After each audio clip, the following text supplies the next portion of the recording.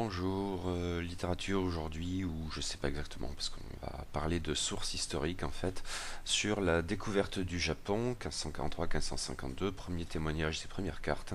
C'est un livre conçu par Xavier de Castro, qui est sorti aux éditions Chandaigne, et qui porte donc sur les premiers contacts entre Européens, Portugais plus précisément, et Japonais au milieu du XVIe siècle.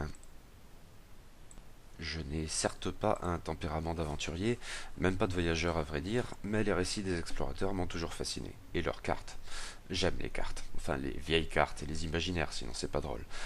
Ceci, quelles qu'aient pu être les intentions de ces aventuriers d'ailleurs, ou les conséquences de leur découverte, même si ce n'est certes pas une dimension dont je peux me passer maintenant, et j'y reviendrai forcément dans ce compte-rendu. Les grandes découvertes, eurocentrées, entre la fin du XVe siècle et la première moitié du XVIe, m'ont toujours fasciné donc, même si au fond je n'en savais pas grand-chose au-delà de quelques clichés connus de tous. Et notamment je ne savais pas grand-chose, voire presque rien, matière qui n'a fait que gagner en importance à mes yeux au fil des années, les premiers contacts entre Européens et Japonais. Les dix Européens étant plus précisément et pour l'essentiel des Portugais qui, en grossissant le trait, s'étaient vu confier l'exploration et la colonisation de l'Orient, le Nouveau Monde étant, hors Brésil, la chasse gardée des Espagnols. J'avais une date, 1543. On aura l'occasion de voir que déterminer cette date n'était pas si évident que cela. Je savais que le hasard y avait eu sa part, un naufrage le cas échéant, et d'abord sur une petite île au sud de Kyushu, que je peux maintenant la nommer Tanegashima. Je savais aussi que les arquebuses des Portugais avaient tôt intrigué et fasciné les Japonais qui découvraient ainsi les armes à feu. Alors en fait éventuellement un mythe à nuancer, lesquels bouleverseraient bientôt dans l'archipel l'art de la guerre et le jeu politique. Je savais bien sûr que les jésuites n'avaient alors guère tardé dans la foulée des marchands, et qu'ils avaient à leur tête le charismatique et fougueux saint François Xavier. Je savais enfin que ça ne durerait pas. On parle du siècle chrétien du Japon, mais il n'a pas duré un siècle. Et les dernières décennies, l'atmosphère était tout autre. Voyez Silence, le roman d'Endo Shosaku. Il y avait forcément une littérature sur la question, des sources datant des événements mêmes, notamment via les rapports des jésuites, mais aussi des études académiques récentes. Mettre la main dessus n'était cependant pas toujours évident. Mais ce livre, au format poche et à prix très décent, 14,50 €, m'est littéralement tombé entre les mains. C'était exactement ce que je cherchais.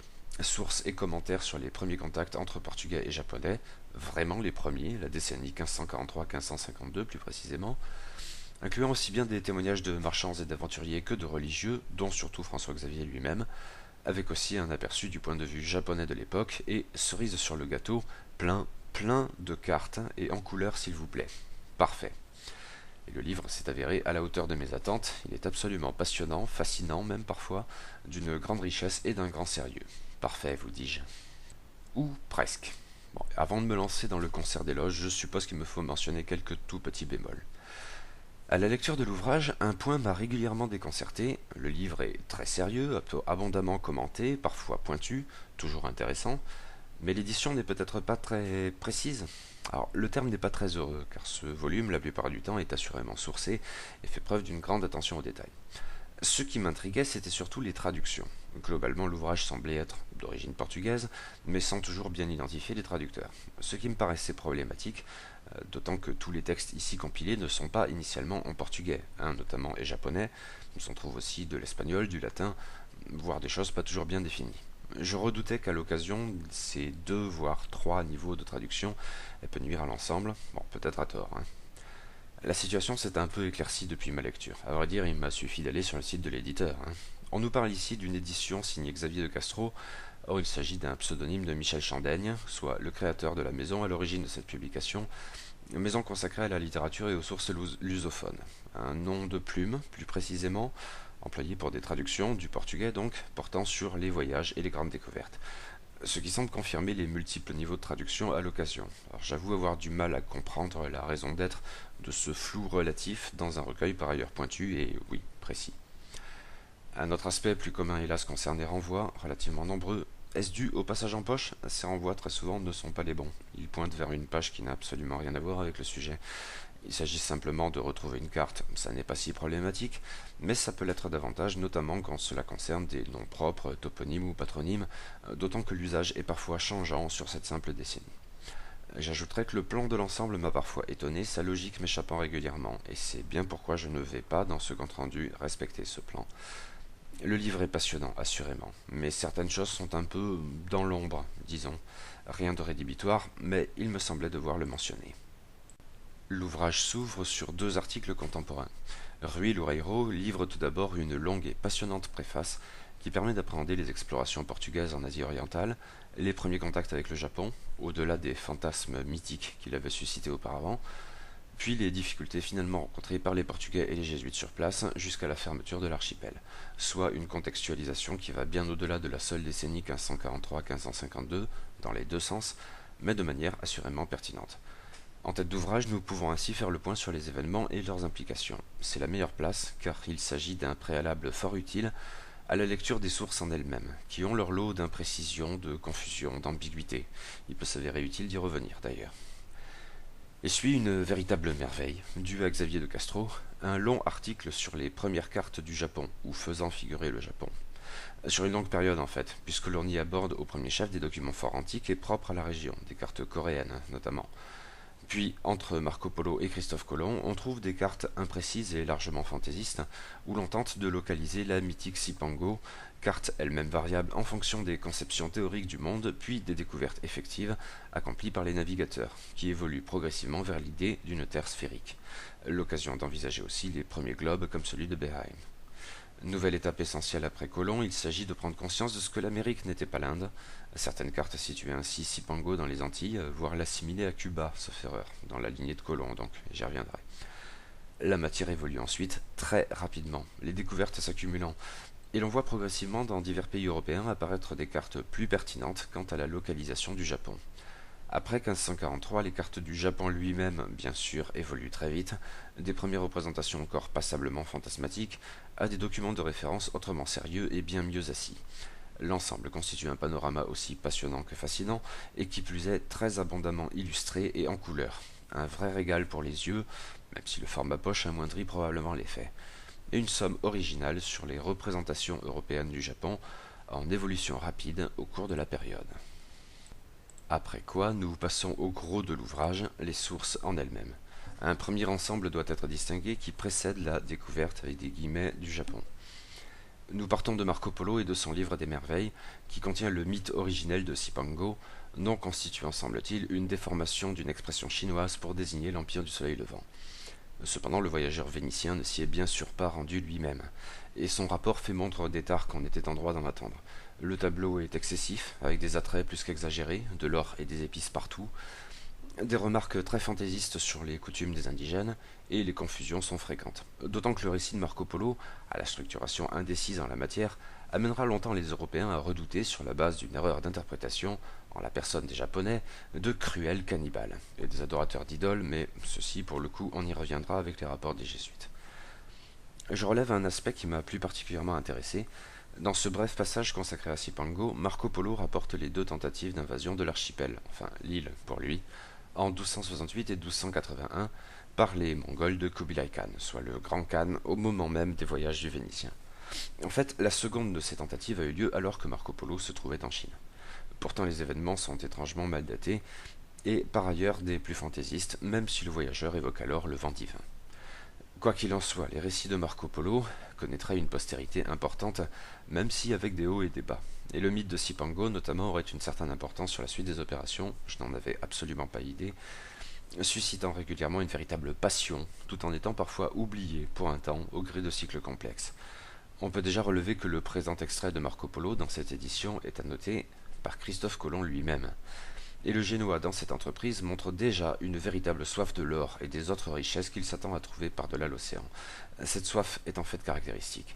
Et l'on a pu faire remarquer que si le Japon authentique ne présentait certainement pas ses richesses en or, sa découverte, guillemets, en 1543, coïnciderait avec la mise en place d'un très fructueux commerce de l'argent via la Chine. Nous n'en sommes pas encore là. Mais avec les grandes découvertes, la donne change, et c'est tout à fait fascinant. Par exemple, la lettre de Toscanelli prenant le choix d'une route occidentale des Indes. D'autres documents de l'époque font de même, et d'autres, bien sûr, les contestent. Dans les deux cas, c'est souvent sur la base de sources un brin douteuses, telles Aristote ou Salomon. Et la géographie de Ptolémée demeure la référence de base dans sa variété de compilations. Et nous en arrivons à Christophe Colomb. Le Génois n'en avait pas fait état lors de son premier voyage de 1492, Mais il a ensuite développé une véritable obsession pour Cipango et ses richesses. Les annotations sur le manuscrit de Marco Polo semblent en témoigner, mais son journal tout autant, dont quelques extraits sont ici rapportés. Méfiance toutefois, car le dit journal avait éventuellement été retouché par Las Casas, dans un contexte où l'héritage du navigateur était contesté. Aussi n'est-il pas toujours parfaitement fiable. Et c'est bien sûr un problème qui reviendra souvent dans l'ensemble des documents repris dans ce volume. Reste que cette lecture, dans une approche non scientifique certes, produit bientôt un effet très désagréable sur le lecteur. Avec Marco Polo et bizarrement peut-être plus encore avec Toscanelli, je m'étais retrouvé emporté par cette fascination enfantine pour les exploits de ces audacieux aventuriers à la bravoure et à l'intelligence sans pareil. Hélas, ce qui domine dans ces extraits du journal de Colomb, c'est de très loin cette horriblement vulgaire soif de l'or qui ravale le hardi explorateur au rang de, disons, la méprisable synthèse entre un bourgeois borné et un bandit de grand chemin. C'est que les crimes ne tardent guère. La découverte de minces filons aurifères dans les Antilles persuade pour un temps Colomb de ce qu'il a bel et bien atteint son but, Cipango, Cuba ou une île proche. Aussi réduit-il les Indiens locaux en esclavage pour relancer ses mines, pour des résultats assurément décevants à ses yeux cupides, mais bien plus tragiques pour ses victimes. Les massacres emboîtent le pas de l'esclavage. C'est pour le moins nauséabond. D'autres explorateurs sont ensuite cités qui dépassent le Nouveau Monde. Magellan tout d'abord, Geoffrey de Loaysa ensuite. On sait alors que l'Amérique n'est pas l'Inde, et que Cuba n'est pas Cipango. Les routes maritimes des Indes sont certes définies, alors, a priori, celle consistant dans la lignée de Vasco de Gama à doubler le cap de Bonne-Espérance est privilégiée par rapport à celle empruntant le détroit de Magellan. Mais ce qui ressort avant tout de ces témoignages plus brefs, c'est l'extrême péril de ces traversées, qui se finissent presque systématiquement mal. En pareille matière, les échecs sont forcément meurtriers. Assez vite, pourtant, dès les premières années du XVIe siècle, le Portugal constitue un complexe réseau de factoreries en Orient avec des points névralgiques. D'abord Goa, ensuite Malacca, surtout, il y en a d'autres. Les explorations amènent bientôt les Portugais à nouer des relations stratégiques avec les pouvoirs locaux, mais sans trop s'enfoncer dans les terres à vue de nez, et l'immense Chine, qui est alors à peine abordée, demeure largement méconnue. Une étrange faune participe à toute cette expansion commerciale et politique.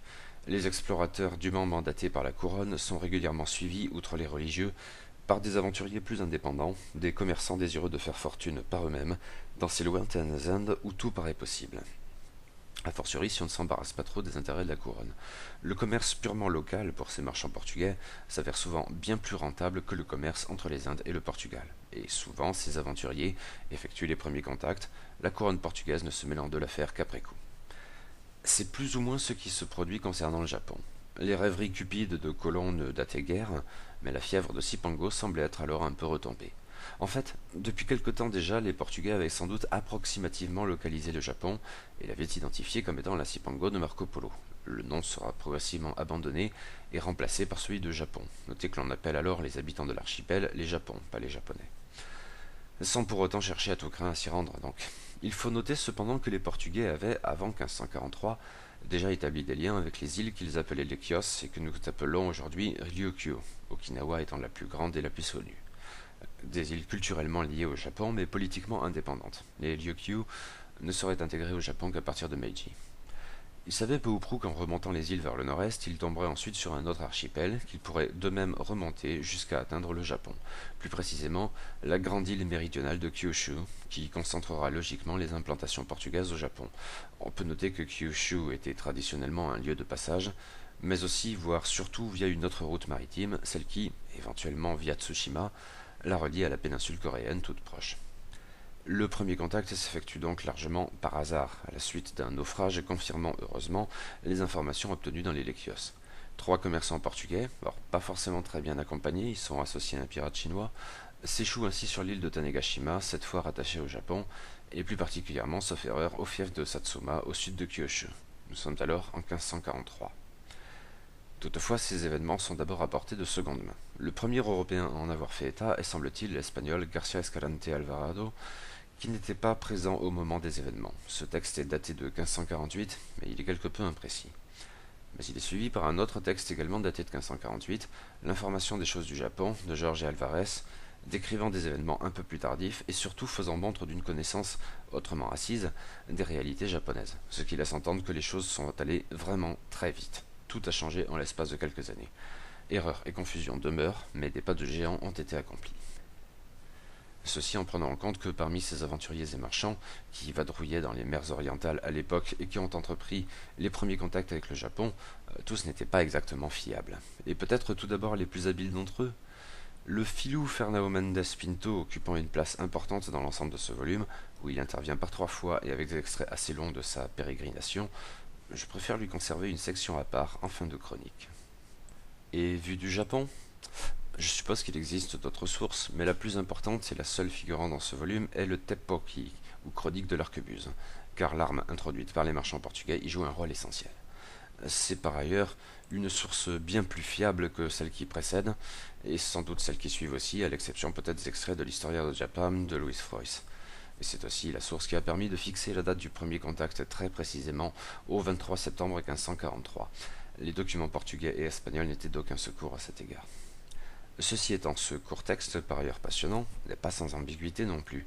Nous savons qu'il a été écrit par Nampo Bunshi, un moine imprégné de confucianisme, au nom du petit-fils du seigneur de Tanegashima, au moment du contact. Cette scène cruciale est d'autant plus précise car elle se fonde sur des souvenirs familiaux dûment conservés, mais elle est en même temps assez pittoresque. Tout particulièrement en ce qui concerne les arquebuses, le propos essentiel de cette relation, à l'heure où l'arme à feu s'est répandue de par le Japon entier et a bouleversé l'art de la guerre. Oda Nobunaga en fait l'éloquente démonstration, lui qui est le premier à constituer de vastes régiments d'arquebusiers dans son entreprise d'unification du Japon. Les Japonais n'étaient certes pas aussi ignorants des armes à feu qu'on a bien voulu le croire. Lors des tentatives d'invasion mongole, ils avaient fait face à des canons. Les arquebuses les séduisent en tant qu'armes individuelles. Mais la rencontre a tout de même été d'une importance fondamentale et aurait très vite des conséquences très importantes. Mais si le texte se montre précis quand c'est nécessaire, il s'autorise comme les autres quelques fantaisies, et notamment dans la manière de relater ce premier contact, ou plus exactement la première démonstration des miracles de l'arquebuse. Ça relève presque du dialogue philosophique, avec notamment des éléments d'inspiration taoïste.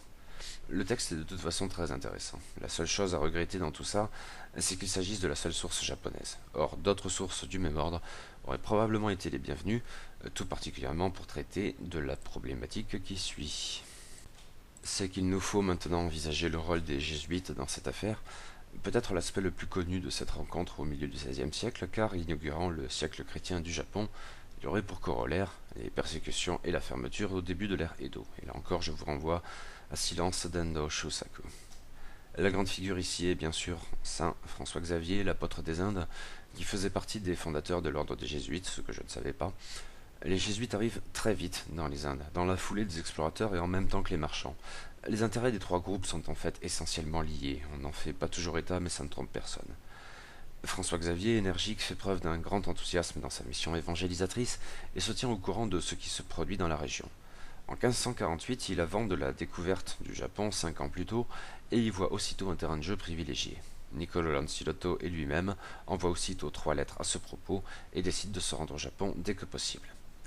Les jésuites, accompagnés d'un Japon bourlingueur, un pirate, qui s'était converti, abordent bientôt Kyushu et entreprennent de convertir la population à la foi catholique. Les autorités locales sont déconcertées, mais pas forcément hostiles, et la mission, avec le temps, commence à rencontrer un certain succès. Dans des lettres de Kagoshima datées du 5 novembre 1549, François Xavier fait part de ses réussites à ses frères, et son enthousiasme déborde. Aucun doute pour lui, s'il est un peuple d'Asie qui sera réceptif à l'évangélisation et qui apportera beaucoup aux chrétiens, ce sont les Japonais. Mais plus cyniquement, il souligne dans une autre lettre comment les intérêts de la foi, de la politique et du commerce peuvent mutuellement se soutenir et renforcer. Qu'importe, il se met à parcourir le Japon pour y enseigner la loi, jusqu'à la capitale même. Que les jésuites aient rencontré des oreilles attentives lors de leur première mission au Japon semble à vue de nez acquis, même s'il faut sans doute évaluer à la baisse leurs estimations. L'enthousiasme de François Xavier, mais peut-être pas délibérément, donne l'impression d'une aventure merveilleuse allant de succès en succès. Dans les faits, cependant, les choses se sont sans doute avérées plus délicates. D'autres jésuites se montrent plus explicites à ce propos, tels Cosme de Torres, Juan Fernandez, le premier jésuite à avoir appris le japonais, qu'il maîtrisait très bien, au point d'en livrer une grammaire qui ferait date, ou surtout Louis Freus, le plus objectif de tous, et par ailleurs un observateur acéré du Japon et des Japonais. Le même éditeur a publié son ouvrage Européens et Japonais, traité sur les contradictions et les différences de mœurs, et ça a l'air tout à fait passionnant, il faudra que je mette la main dessus. Le tableau cependant n'en est que plus favorable à l'égard de François Xavier, dont il s'agit toujours de mettre en valeur l'abnégation, la piété et les efforts sans relâche pour convertir les Japonais. Mais le Japon, dans leur récit, est bien un pays plongé dans le chaos de la guerre civile, et les prêtres n'y sont pas en sécurité. D'autant que, pour le bien de leur mission, ils doivent s'attirer les faveurs de dirigeants locaux qui ne durent pas éternellement. Et les jésuites rencontrent une certaine adversité. Chez les bonzes, leurs ennemis mortels, à n'en pas douter, et ça ne surprendra personne. Il faut dire que les jésuites n'y vont pas par quatre chemins, qui dénoncent avec fougue les idolâtres, fiefs et menteurs au service de Satan, hypocrites, sodomites, la critique essentielle, peut-être ça revient sans cesse, surtout associée à la pédophilie, cupides et idiots. Ils dénoncent aussi d'autres pratiques qu'à les entendre les bons encouragent, au premier chef, enfin au second, après la sodomie, l'avortement. Bien sûr, au-delà des insultes de cet ordre, la querelle est aussi théologique. Ce sont là deux mondes qui ne peuvent pas se comprendre. En dépit des allégations de François-Xavier concernant le bon fond chrétien des Japonais, le problème est justement que les bons sont passés par là. Dès lors, un trait récurrent de tous ces récits, par ailleurs très divers, correspondances, rapports religieux, non religieux, essais historiques, etc., consiste à mettre en scène des débats organisés officiellement, généralement devant un daimyo très favorable aux chrétiens, où les deux fois opposent leurs arguments sans bien comprendre ceux de l'autre partie. Les bouddhistes ne comprennent pas l'idée d'une création du monde, la réincarnation est absurde pour les chrétiens, etc. Bien sûr, ces documents étant ce qu'ils sont, montrent toujours un François-Xavier particulièrement habile dans cet exercice, mais sans doute l'était-il globalement, un orateur habile et fort de son bon droit qui, a Dieu pour lui, esquive tous les pièges et humilie littéralement ses adversaires en mettant à jour leurs sottises et leurs mensonges. Généralement, ces récits se passent cependant de rapporter au juste les arguments de François-Xavier, trop compliqués pour en disserter ici, si évidemment juste qu'il ne vaut pas la peine d'en dire davantage, ce genre de choses. C'est même systématique et particulièrement agaçant dans les épisodes jésuitiques de la pérégrination de Fernão Mendes Pinto, j'y arrive. Tout au plus, certains textes font-ils état de ce que quelques adversaires à l'occasion se montraient bien plus coriaces que le tout venant des bonzes, les moines zen, qui inquiètent les jésuites. J'ai, comme de juste, tenté de mettre de côté mes préconçus agnostiques, louchant vers l'athéisme avant de me lancer dans cette lecture. En fait, je n'avais pas d'hostilité marquée pour nos jésuites arpentant le Japon, et, en cours de lecture, je me suis senti intrigué par certains d'entre eux. Louis Freud surtout, donc. Par ailleurs, je ne portais pas davantage dans mon cœur les bonzes, dont maint récit dévoile sans doute qu'ils pouvaient se montrer aussi hypocrites et répugnants que le prétendent ici les évangélisateurs. Mais conserver cette neutralité de bout en bout, c'est avéré difficile. Et les textes étant chrétiens, ce sont les chrétiens qui m'ont agacé au premier chef. François-Xavier en tête, bien sûr, qui, disons-le, avait tout d'un fanatique, et dont l'enthousiasme pieux pouvait aisément tourner à l'agression pure et simple. Le problème, c'est que dans leur incompréhension ouvertement hostile des bonzes, incompréhension et hostilité certes réciproques, au fil des mêmes argumentaires toujours répétés, mais passés sous silence dans ces textes, sauf en quelques occasions, où l'on voit pourtant aussitôt le sophisme au sens le plus vulgaire, ainsi quand François-Xavier entend rassurer les Japonais convertis concernant le sort de leurs ancêtres promis à l'enfer pour n'avoir pas connu l'enseignement du Christ. Notez au passage que cette histoire d'un enfer éternel scandalisait particulièrement les Japonais. Bon, ils en viennent à illustrer un adage pourtant très biblique à base de paille et de poutre. C'en est presque cocasse parfois. François-Xavier pourfend les idolâtres, mais confie aussitôt à un de ses fidèles une représentation du Christ dont il lui garantit qu'elle saura remédier au tourment de son âme. Et pour les maux physiques, il lui tend dans un même geste une discipline, entendre le fouet, guérison garantie éventuellement également. Puis notre apôtre s'en retourne vitupéré contre les superstitions. Les mauvaises langues trouveraient sans doute amusant de voir nos bons prêtres s'offusquer de la pédophilie des bonzes, y voyant un témoignage éloquent de la perversion de cette fausse foi, et s'enorgueillissant de ce que pareil mauvais principe ne pouvait évidemment avoir cours dans la vraie foi. Bon, les mauvaises langues, Et j'ai déjà évoqué le cynisme éventuellement très, jésuitique, dont François-Xavier pouvait faire preuve en même temps que de sa piété concernant les affaires économiques et politiques. Avouons cependant que ces traits, même sensibles, et régulièrement dans les écrits des jésuites eux-mêmes, ne sont jamais aussi insupportables que chez le fiefé conteur Fernão Mendes Pinto, et j'y reviens juste après. Pour l'heure, la première mission des jésuites touche à sa fin. François-Xavier, fatigué, écrit sa grande lettre sur le Japon de 1552, de retour à Goa. Il semble alors vouloir se tourner vers la Chine, ayant compris au Japon l'importance culturelle énorme de l'Empire du Milieu, et supposant qu'il vaut donc mieux agir dans cette zone, dans l'espoir que les bouleversements internes se répercuteront à l'extérieur. Mais il meurt dans l'année, à l'âge de 46 ans, il sera béatifié en 1619 et canonisé en 1622. Les jésuites n'en ont certes pas terminé avec le Japon, mais ils rencontrent bientôt des difficultés avec Toyotomi Hideyoshi, qui initie de premières persécutions, là où son prédécesseur Oda Nobunaga était assez favorable aux chrétiens. politique qui sera enfin reprise et poussée jusqu'au bout, après quelques atermoiements, par les shoguns Tokugawa, mettant fin au siècle chrétien du Japon. Au fil de tous ces récits, un auteur est revenu régulièrement, à 3 reprises en fait, mais pour d'assez longs développements à chaque fois. Il s'agit de Fernão Mendes Pinto, auteur d'une monumentale pérégrination, colossal récit de voyage qui rencontrerait bientôt un immense succès en Europe. Pinto était bien un de ces aventuriers portugais qui ont tôt écumé les Indes en pleine effervescence. Il a eu à n'en pas douter son compte d'aventure et a multiplié les fréquentations sur place, les meilleures comme les pires. Par ailleurs, il savait écrire et raconter des histoires. C'est bien ce qu'il fait dans sa Pérégrination, un ouvrage fascinant et palpitant, mais d'une fiabilité pour le moins douteuse. Peut-être moins qu'on ne l'a dit cependant. Disons qu'il y a du vrai à l'occasion dans ces relations très fantaisistes, souvent au travers de séquences au cours desquelles notre auteur s'attribue, sans l'ombre d'un scrupule, les aventures arrivées à d'autres que lui. En cela, Pinto n'était sans doute pas différent de bien des aventuriers narrant leurs exploits en cette période de grande découverte, c'est juste qu'il le faisait mieux et avec une ampleur tout autre. Et, comme les autres et mieux que les autres, il enrobait ses semi-vérités de mensonges purs et simples. Ici, nous le voyons donc raconter comment il a découvert le Japon. Alors, bien sûr, il ne faisait pas partie des 3 Portugais arrivés sur Tanegashima en 1543, et il cite 2 compagnons qui n'y étaient pas davantage. Plus loin, il s'attribue peu ou prou le voyage de Georges Alvarez.